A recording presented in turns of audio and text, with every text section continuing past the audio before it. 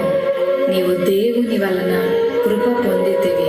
ఇదిగో నీవు గర్భము ధరించి కుమారుని కని ఆయనకు యేసు అను పేరు పెట్టుదువు. ఆయన గొప్పవాడై సర్వోన్నతుని కుమారుడనబడును. నేను పురుషుని ఎరగని దాననే, ఇది ఎలాగూ జరుగును? పరిశుద్ధాత్మ నీ మీదికి వచ్చును, సర్వోన్నతుని శక్తి నిన్ను కమ్ముకొనును గనుక పుట్టబోవు శిశువు పరిశుద్ధుడై దేవుని కుమారుడనబడును. ప్రభు దాసురాలను, నీ మాట చెప్పున నాకు జరుగునుగాక.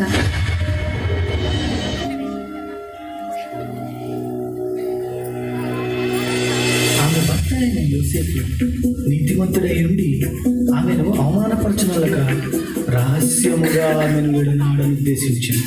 అతడు ఈ సంగతులను గురించి ఆలోచన చేయుచుండగా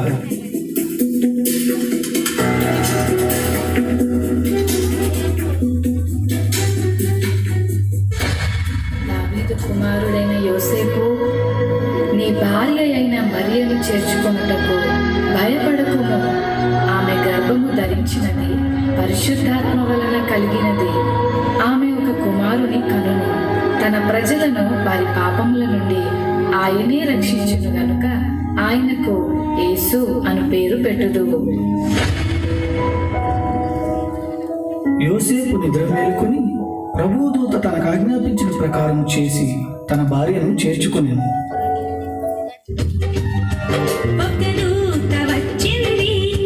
శుభవార్తను తెచ్చింది, ఒక రాజు మీ కొరకు పుడుతున్నాడని.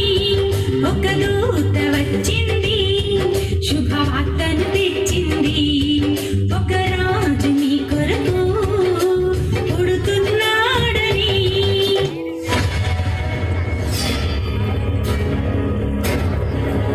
ఇందు మూలముగా 50 మంది ప్రజలకు తెలియజేయమనగా ప్రజల సంఖ్య రాయవాలని కైసరు ఆగస్టు నిర్ణయించడం వలన ప్రజలంతా తమ తమ స్వగ్రామాలకు వెళ్ళి ప్రజా సంఖ్య రాయించుకోవాల్సిందిగా తెలియజేయడం అనేది.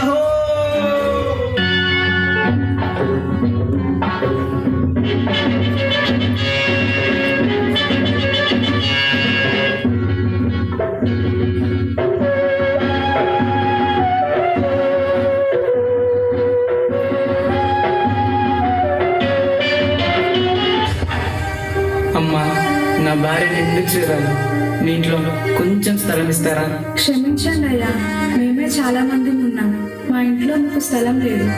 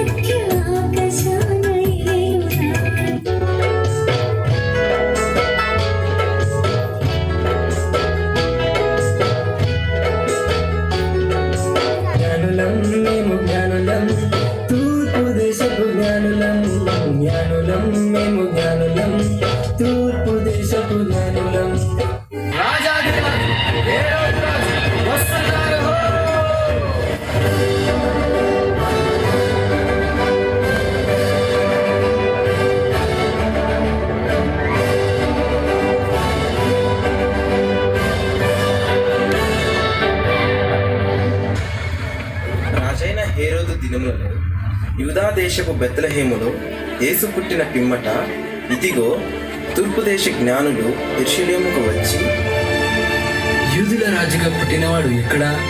తూర్పు దిక్కున మేము ఆయన నక్షత్రమును చూచి ఆయనను పూజింపవచ్చితిమి. చిత్తం మహాప్రభు. క్రీస్తు ఎక్కడ పుట్టును?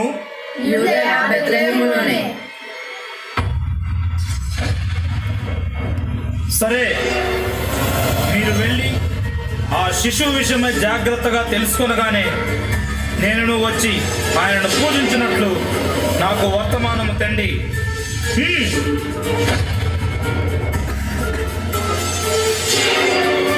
నేను ఓటము ఎరుగని హెరోదు రాజును మరి ఒక రాజును పూజించడమా? అసంభవం.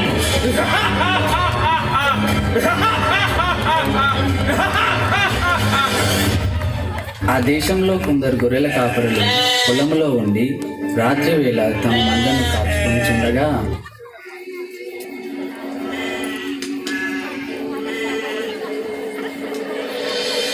భయపడకుడి, దావీదు పట్టణమందు నేడు రక్షకుడు మీ కొరకు పుట్టి ఉన్నాడు.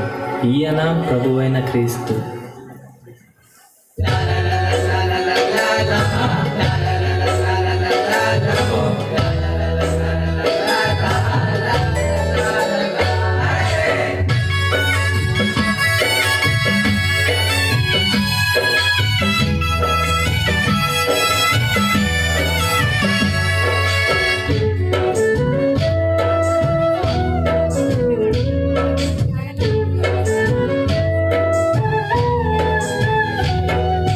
గొల్లలం మేము గొల్లలం, యూదా దేశపు గొల్లలం. గొల్లలం మేము గొల్లలం, యూదా దేశపు గొల్లలం. గొల్లలం మేము గొల్లలం, యూదా దేశపు గొల్లలం. గొల్లలం మేము గొల్లలం, యూదా దేశపు గొల్లలం.